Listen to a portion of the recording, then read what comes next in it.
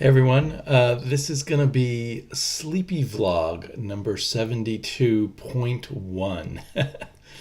I'm going to try to do a string of sleepy vlogs that are somehow connected, part of the same ramble to some extent anyway.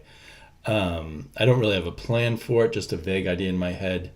One reason why I'm doing all these daily vlogs is partially because back in mid-July I meant to do my next sleepy vlog and I kept putting it off, and then in my head I kept adding more things I wanted to talk about in it, and then it started spinning out of control. Like I couldn't quite remember all the things I wanted to talk about, and I kept putting it off because I wanted to be, really wide awake when I did it and plenty of time to think. The hardest of I put very little effort into my videos at all. The hardest of them is the sleepy vlogs, because I've built them up in my mind as something special where I'll ramble through a series of subjects that should be easy. It was easy at first, but somehow I've made it hard on myself that I have to have some really good things that I want to talk about. This won't be really good things. It'll just be a string of stuff that, for whatever reason, free associates through my head, through probably a series of 3 or 4 point 1, point 2, point 3 vlogs. And in fact, there was something that I wanted to talk about tonight, and I couldn't find the book that relates to it, so I'm going to have to save that for another night. But I've been continuing to read, or that is, listen to the audiobook of Slugfest, which, if you saw my other video about it, a book I recommend for people interested in the history of such things. It focuses on the rivalry between Marvel and DC over the past, 50-year battle. Has it been 50 years? Anyway, that's what they call it. I've been enjoying it a lot. According to this, I still have an hour and 54 minutes left to listen to. I've just hit the Dan DiDio period. But I've sort of all along, when I listen to these things, it's like, where do they get their information? How accurate is this? I am highly aware, even before the internet age, and now it's even worse, I think, of how much misinformation there is out there and how easy it is to be misinformed and to think things are facts that aren't facts, or to never, and the other way around is to never know for sure what the facts are. So one thing that reminded me of this here is when they get to the part where Marvel buys Malibu, and I mentioned this in another recent video just in passing while doing a haul. There's the the thing I always heard: Marvel bought Malibu for their coloring department. That Malibu had this amazing computer-generated coloring that no one else had yet. And I totally bought that as the reason why Marvel bought Malibu. According to this book, I always feel like I should show something visually while I'm talking. I don't want to just look at my face, but this is not much to look at. According to this book, Marvel bought Malibu because Marvel was acquisition crazy, or to be more exact, the stock market guy, what do you call them? The people who love acquisitions, who acquired Marvel and eventually drove it into bankruptcy. What was his name? Now I can't remember his name, but his whole world was acquiring other companies, and he had Marvel acquire a number of companies. And the ultimate, most tragic one was when they, again, according to this book, when they acquired a distribution company so they could distribute their own comics. I can't remember the name of that distribution company either at this moment. But in this way, I wish I had the physical book, then I could flip through the pages and remind myself more easily. I think I actually will buy a copy of this book when it comes out in paperback, even though I've paid for the audiobook. So anyway, Malibu Comics, there was a period where DC was losing a lot of market share to Marvel in the 90s. I think maybe Marvel had twice the market share they did during a certain period. So DC was looking to buy Malibu because in theory, if they bought Malibu, that would give them another 5% of the market share, which would be significant. Say if they have 15 and suddenly they have 20% of the market share. So they were sniffing around Malibu to buy it. And then when this, it's not Perlman, maybe it is Ron Perlman, maybe that's the guy's name. When Ron Perlman found out about this, he was like, I want Malibu. We have to have Malibu. And he rushed in there with the lawyers. They didn't say how much they bought Malibu for. That'd be interesting. Whoever owned Malibu probably made a killing with Marvel and DC fighting over them. And he sent in a team of lawyers and he said, do not come back till you have Malibu. So it was apparently one of the fastest acquisitions ever. And it wasn't, according to this book, it wasn't for the coloring. It was just because he wanted to acquire things, and he didn't want DC to acquire it when he could acquire it. Ron Perlman. And then they did a few books like the Conan versus Rune book, and then they basically just got rid of the Malibu characters, the Ultraverse and all of that, which I remember enjoying those at first. And I think, if I'm remembering the right comic book company, I think they had Steve Englehart doing a series, and there was a good one drawn by Norm Brayfogle, I think. Was that Prime?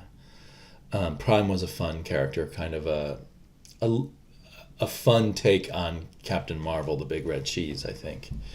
So anyway, that was something that I've a long thought was a fact, that Marvel bought it for the coloring, but that was just what they put out there because they couldn't even explain why did we buy this to the public. So that was their public comic book community, comic book business world explanation of this purchase. Yeah, because probably for a few $100,000 they could have bought a coloring department. So, and that I have had enough. I mean, you probably have all like read a newspaper article or some other nonfiction thing that happened to touch on some area that you have knowledge of, and they got it completely wrong. And if you think about that kind of thing, how much in any of the news media or the nonfiction world contains truth? It's really hard to know. I used to have this job before the internet as a reader at a press clipping bureau.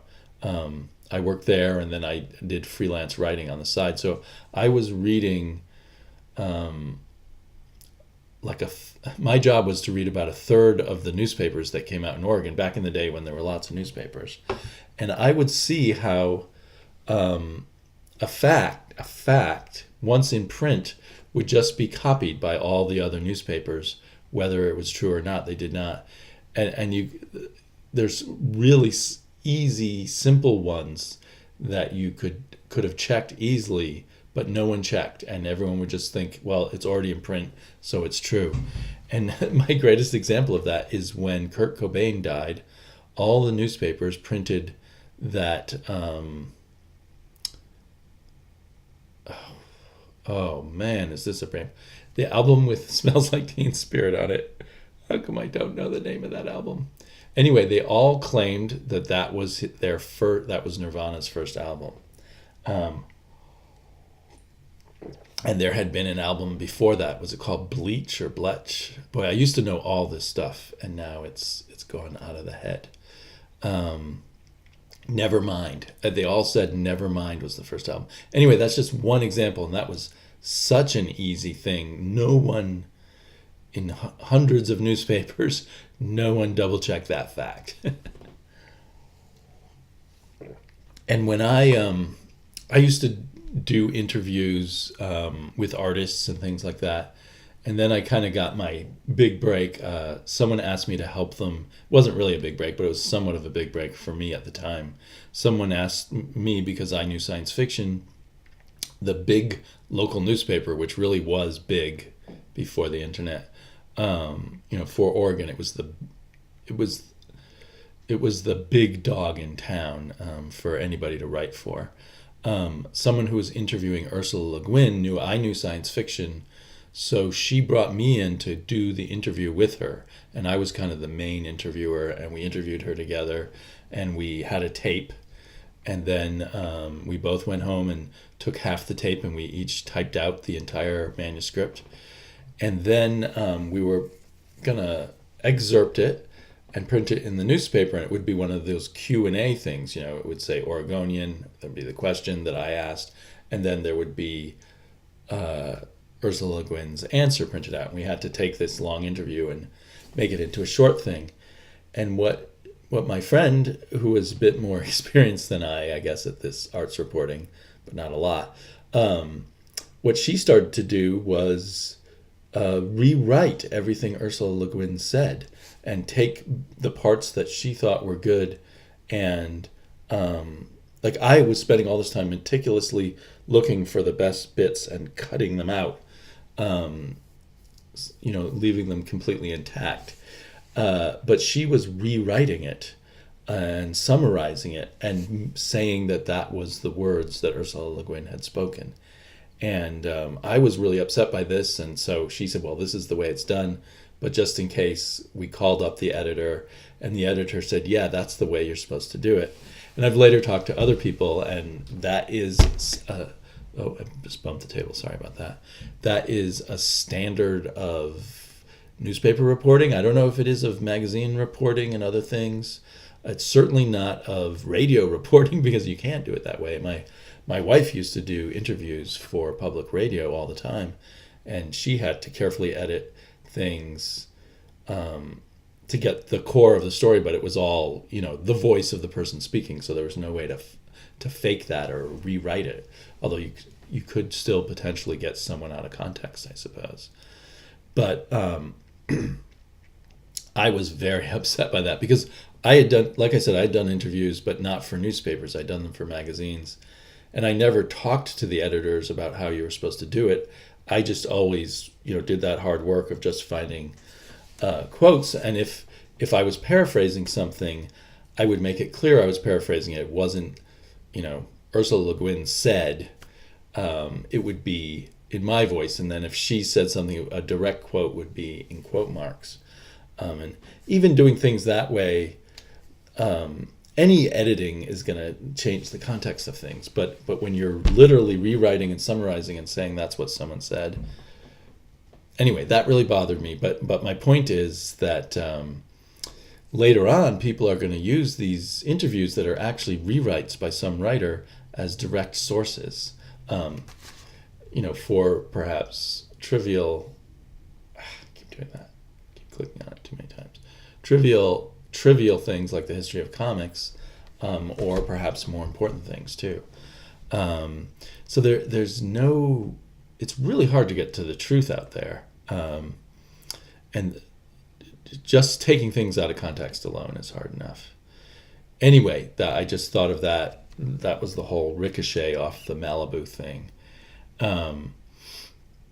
Another thing I was thinking about is I'm listening to these later days, the 90s and now the early 2000s period. And I recalled Travis, Oddfellow Thoughts, talking about going to conventions and seeing Marvel panels where they were, if I remember him correctly, saying a lot of mean things about DC and being very combative, and he was not impressed by their approach to that kind of thing. And in here I was reading all about how Bill Jemas, who was the president of Marvel, when Arvia Arad and Ike Perlmutter owned it, I think that's when he was president, and when they brought on Joe Quesada. And Jemas, according to this book, was totally into trashing and attacking DC, and just saying awful things about them whenever he could and making fun of them at every point, at a level that the people at DC found, not like the good fun of the Stan Lee days when he called them not Brand Echh, or called them Brand Echh, but, really nasty stuff. And I guess then and then Joe Quesada kind of got in on that whole thing, and there was some point where he was in a New York newspaper or magazine, I don't know what it was, according to this book, what he read in the article. And I don't know if he's directly quoting from the article, because Joe Quesada is using the F word all over the place, which surprised me in a newspaper article, even in the early 2000s, and comparing DC to a porn star who has the greatest schlong ever but can't get it up, i.e. the Batman and Superman, they can't do them right. And then there was a rumor that they killed off Azrael and canceled his comic book because they didn't want Joe Quesada to get any royalties, which the book says isn't really true. But I kind of wonder about that. Although Azrael's back, is Joe Quesada getting royalties now every time they use Azrael? I don't know. But I think Paul Levitz in particular took all of that stuff to heart, again, according to the book. But I wonder if that culture of abrasive, rude aggressiveness towards their competitors has continued on even after Bill Jemas left Marvel. Just judging from that stuff that I remember Travis talking about. And I don't know if that has to do with their bad reputation online and on Twitter for kind of being pugnacious and trashing fans maybe more than they should. And I don't say that to condone kind of the recent stuff that's gone on and attacking them for being too diverse. And the fans don't have any right to behave any better than they do. But it seems even before the whole forced diversity attack on them, there was a lot of complaints about Marvel and their weird behavior online. So I don't know if that's like part of the Bill Jemas, Joe Quesada legacy continuing. I'm now making wild conjecture. I would not print this as a book or anything, but these are just stuff I was thinking while listening to that. I listen to a lot of podcasts, and I think I'm going to keep circling back to podcasts and to things I've listened to and maybe some videos I've watched as kind of the thread that will go through all these linked vlogs.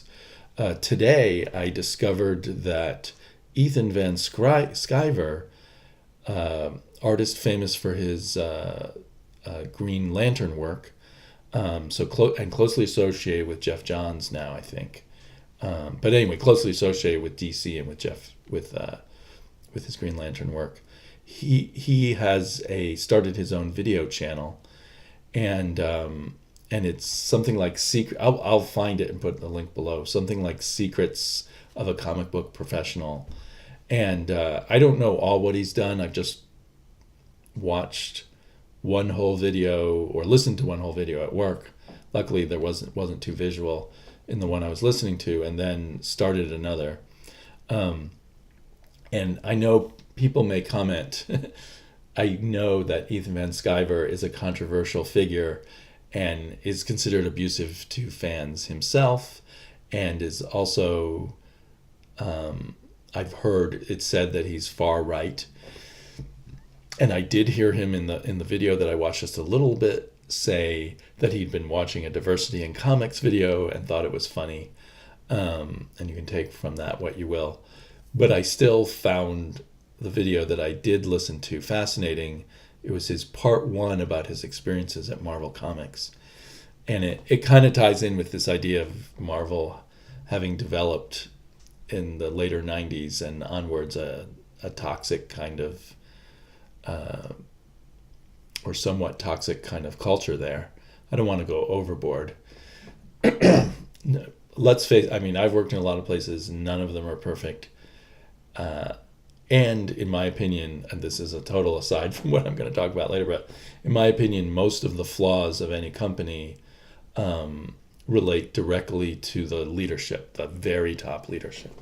The very top leader may not even know what effect he or she is having on things, but it is their behavior and their choices and their example that create the whole company. And it may be different if you work as a teacher, you work in the government, whatever, because I had a little discussion with someone on that level. But in private companies, which are their fiefdoms or whatever you want to call them, within the workday, within the limits of the workday, with very clear levels of power. Maybe it's different in some companies that have big unions. I've never been in a company with a union.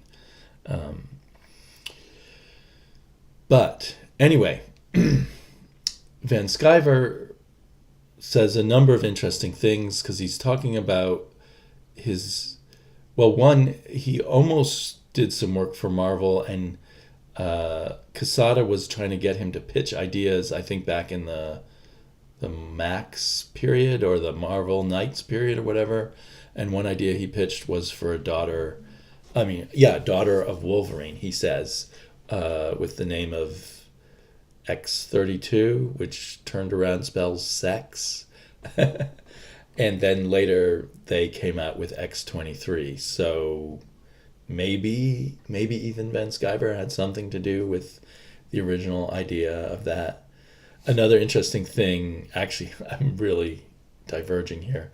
In the Slugfest book, they mention, which I'd heard some of before, about in the origin of the new X-Men, the Len Wein, Dave Cockrum X-Men, that Dave Cockrum came to Marvel with all these ideas that hadn't flown at DC because they were too gritty or whatever. And one of the members of the group that he proposed was a character named Wolverine, but with fangs rather than claws. But I'd never heard that in the creation of Wolverine before. So Dave Cockrum might be considered the third co-creator of Wolverine, if that is true. So maybe there could be a lot. It makes sense too. A lot of brainstorming and pitching of ideas, and ideas get mixed together. There's all these accusations of different stuff that Stan Lee stole from people, and to him it might have just been part of the brainstorming. Joe Quesada might not have remembered later, if he was even in on the creation of the actual Wolverine's daughter from the future. I think Van Sciver might have said that his was a daughter from the future. I'm not sure. Anyway, but the really notable story that Van Sciver tells in this video is about the two editors he's working with when he's working as the fill-in artist on the Grant Morrison run on X-Men. He's the fill-in artist for again, I can't remember her name. One of my favorite artists. The artist who was on the X-Men, who most recently did Jupiter's Legacy. I'll think of it in just a second.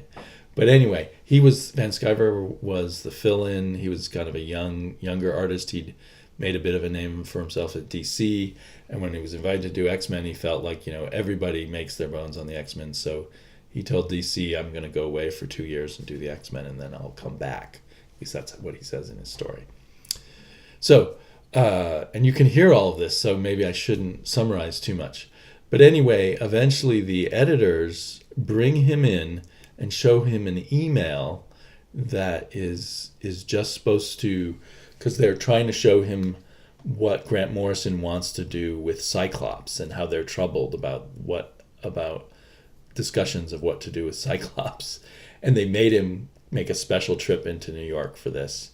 But in the second paragraph of the email was Morrison complaining about Van Sciver and saying, I had a deal with you where I could decide who the artist would be, and this guy's not up to snuff and he's no good.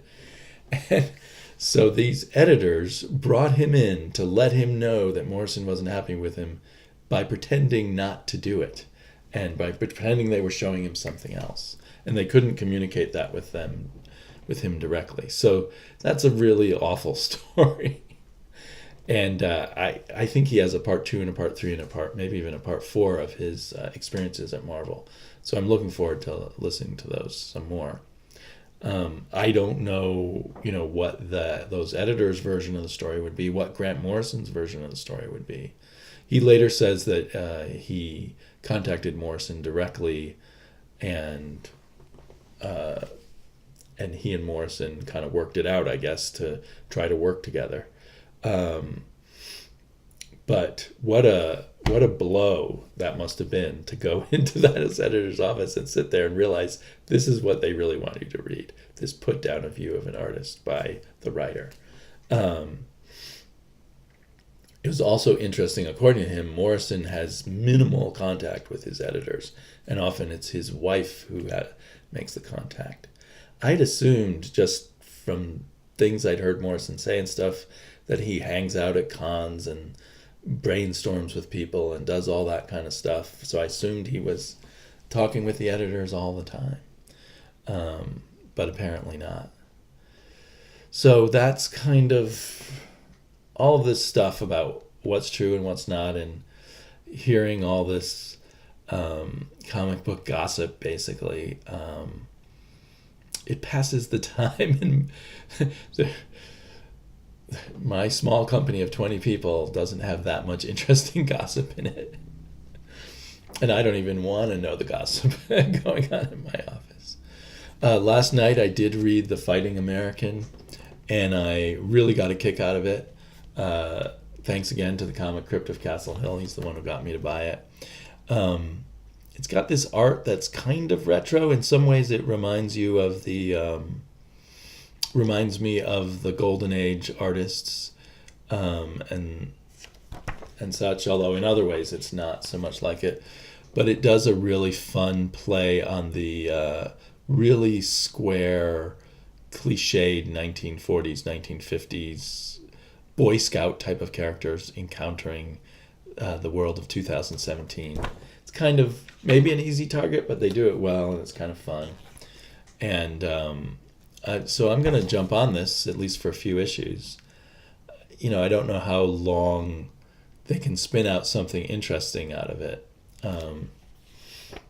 So yeah, I'm very pleasantly surprised. And I have to say, Titan prints their comics on really great paper. And on slightly less good paper, but a really good comic, was the finale of Gru, The Play of the Gods. This is the second 4-issue mini where Gru, or the creators of Gru, Sergio Aragonés and Mark Evinger, have played around with the idea of these of playing around with religion, like Egyptian-style religion, Greek religion, and now a little bit of... These guys are a little bit like maybe the Spanish Catholics coming to convert people in Mexico or the like. But the fun is with all these gods that are up in the clouds. Gru never meets them, so we just see the gods looking down and having great fun with creating all these gods. One recurring god is the guy named Otid, the god of repetition. I'm Otid, god of repetition. He repeats that a lot. Every once in a while he repeats what other people say.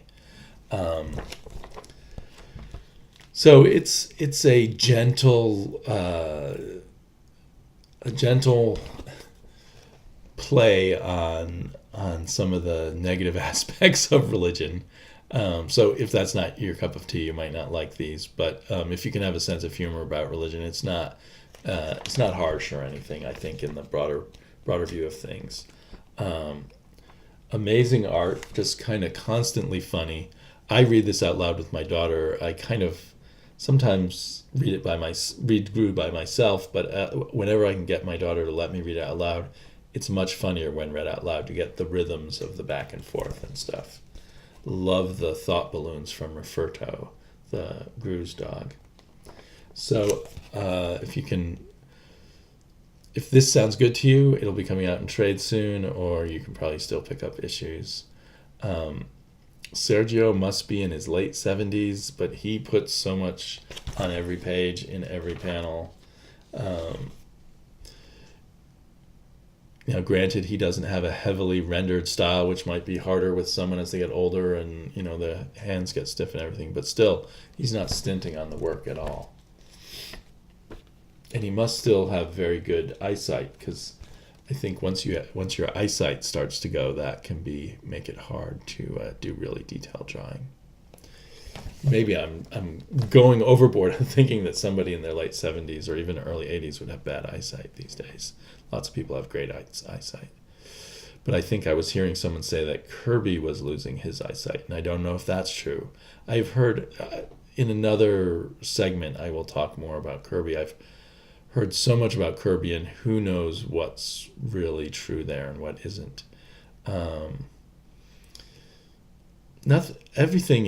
Everything, like people don't remember what really happened. Like, isn't that a big problem in trials about crimes and stuff? People don't remember things accurately. And when doing all this comic book stuff, I often think that I've read a comic book in one place when I've read it in another. And I was, listening to the timing of, what was it? The timing of when Batman Year One is, and in my memory, I'm sure that I read it originally in this bookstore in Ithaca, New York, that was full of couches, and they let you read things for free. The rumor was anyway that it was owned. Some guy went to Cornell, had really rich parents, but he didn't like having all the money, and they bought this bookstore for him to give him something to do, and he didn't really want to make money from it, so he just let people read the books there for free. And that was the first bookstore I ever encountered with lots of couches and stuff to read in. And despite his attempts of making this place that doesn't make money, he supposedly was making money. But anyway, there was a period there when I was living in Ithaca, when I was trying to write, and I was working very part-time. I didn't have much money, and I was reading a lot of comic books at this store. And my memory was I read Batman Year One at this store, but hearing the narrative and realizing when Batman Year One came out, I was living in Boston at that time and was gainfully employed and probably was buying comic books. I did not read that. That was not one of the comic books I read for free on the couch of that store in Ithaca, New York. So, facts are so hard to get to pin down. Really, really bothers me. I would think it would bother most people, but I think it's a reality of life. Okay, talk to y'all later. Bye-bye.